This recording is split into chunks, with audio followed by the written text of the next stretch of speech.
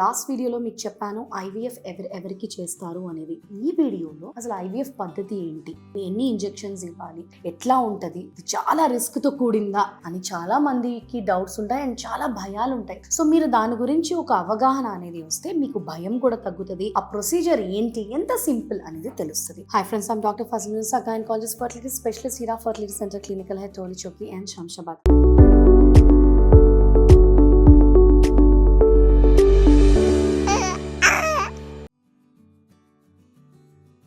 So చూడండి, IVF indications వచ్చేసి నేను చెప్పాను మీకు.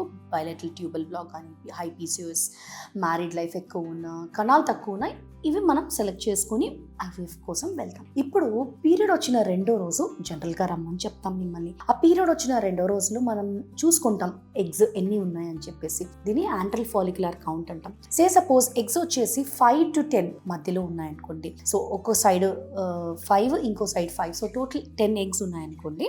సో ఆ 10 ఎగ్స్ కూడా పెరగడానికి మనం ఇంజెక్షన్స్ అనేది ఇస్తాం. దీన్ని రికాంబినెంట్ ఇంజెక్షన్స్ ఆర్ గొనడోట్రోపిన్ ఇంజెక్షన్స్ అంటాం. పాతకాలం లాగా ఇప్పుడు యూరినరీ ఇంజెక్షన్స్ యూజ్ చేయట్లేదు. సో దానివల్ల దురదలు కానీ, లేదా వెయిట్ గెయిన్ కానీ, లేదా అబ్నార్మల్ సిమ్టమ్స్ కానీ ఏమీ కూడా రావట్లేదండి. 10 days కూడా మీకు సాఫీగా, మీరు ఎవ్రీడే రావాలి, సాఫీగా అయిపోతుంది. ఎవరికి కూడా ఎటువంటి ప్రాబ్లం రాకుండా మనం మోస్ట్ అడ్వాన్స్డ్ ఇంజెక్షన్స్ తీసుకుంటున్నాం కాబట్టి మీకు ఆ ప్రాబ్లమే ఉండదు. సెకండ్ది వచ్చేసి ఇప్పుడు ఎన్ని days injections. So depending upon the dose of your, మీకు ఎన్ని ఎగ్స్ ఉన్నాయో చూసి, ఎన్ని హార్మోన్ అనాలిసిస్ బట్టి మీకు 8 days, 9 days, 10 days, 11 days. So generally the 9 నుంచి 12 days మధ్యలో అయిపోవాలి మీ ఇంజెక్షన్ కోర్స్ అనేది. సో ఇది ఇచ్చినాక ట్రిగర్ ఇంజెక్షన్ అనేది ఇస్తాం. అంటే ఎగ్ అంతా పెంచడానికి. సే సపోజ్ ఇప్పుడు 5 + 5 10 eggs ఉన్నాయి. మనం ఏం చేస్తామంటే ఐవీఎఫ్ లో నార్మల్ గా బాడీ అయితే ఒక్క ఎగ్ పెరగడానికి ట్రై చేస్తుంది. బ్రెయిన్ నుంచి రిలీజ్ అయ్యే హార్మోన్స్ అవి. సో ఇదే హార్మోన్స్ ని మనం ఎవ్రీడే ఇస్తున్నాం కాబట్టి ఎవ్రీడే ఎగ్స్ పెరుగుతాయి. ఎట్లా పెరుగుతాయి? అన్ని ఎగ్స్ పెరిగేలాగా. సో సే సపోజ్ 8 eggs ఉన్నాయి, 10 eggs ఉన్నాయి, 10 eggs కూడా పెంచుకోలేలాగా మనం డోస్ ఇచ్చి ఎవ్రీడే ఇంజెక్షన్స్ ఇస్తాం. కాబట్టి ఈ 10 eggs కలెక్ట్ చేసుకోవడానికి ట్రై చేస్తాం. వై? బికాస్ మనకి 10 eggs తీసుకుంటే అందులో ఒక 8 embryos ఆర్ 7 embryos వస్తే అందులో what are the best embryos అనేది మనం గర్భసంచిలో పెట్టి, లేదా మిగతా ఎంబ్రియోస్ ఫ్రీజ్ చేసుకోవాలా,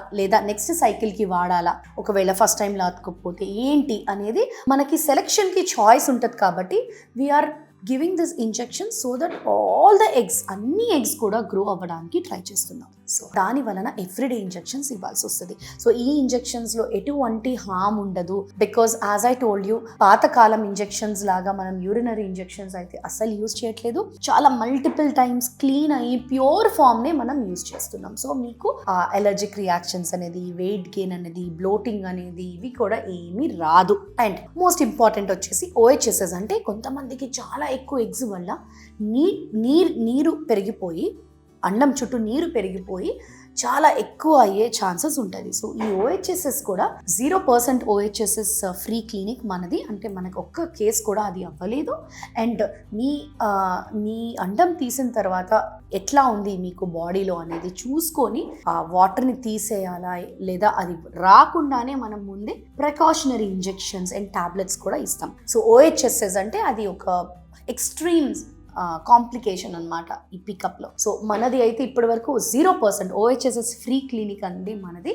సో మీరు ఎటువంటి అపోహలు పెట్టుకోకుండా, if you are trying for IVF and మీకు చాలా మంచి ఎవ్రీథింగ్ అన్నీ అనుకూలంగా ఉన్నాయి అంటే definitely you have to try for Hira fertility. ఎందుకు అంటే మన దగ్గర అడ్వాన్స్డ్ ఇంజెక్షన్సే కాదు, మనం ఏం చేయబోతున్నాం ఏంటి అనేది మనకి కౌన్సిలింగ్ కూడా పర్ఫెక్ట్గా చేసి, మీకు నెక్స్ట్ ఏం ఇంజెక్షన్ ఇవ్వబోతు, ఇంట్రామస్క్యులర్ ఇంజెక్షనా, పొట్టకి తీసుకునే ఇంజెక్షనా ఏంటి అనేది ముందే చెప్పి, మీకు ఎటువంటి భయం లేకుండా. అండ్ మనము ఈ 10 days తర్వాత ఏదైతే ఎగ్ పికప్ చేస్తామో అది కూడా ఎగ్జాక్ట్లీ 15 minutes ప్రొసీజర్. అది కూడా ఎనస్థీషియాలో ఉంటుంది. అంటే మీకు ఆ మత్తులో తెలియని కూడా తెలియదు. మనము అంత లోపలే మనం ఆ ఎగ్స్ అన్ని పికప్ చేసుకొని స్టోర్ చేసేసి అండ్ కణాలతో కలిపినాక ఒక 5 daysకి మనకి ఎన్ని ఎంబ్రియోస్ వచ్చాయి అనేది తెలుస్తుంది. సో అర్థమైంది కదా, IVF is not at all very painful procedure. And ఇప్పుడు చెప్పాలంటే చాలా చాలా మంచి మంచి ఆఫర్స్ అనేది అనేది మేము we are running offers for our New Year. So this is the best time for you to avail for offers and చాలా చాలా డిస్కౌంట్స్లో మేము మీకు ఆఫర్స్ ఇస్తున్నాం. So please do come and give your best chance and we are going to assure you that we will give your best baby.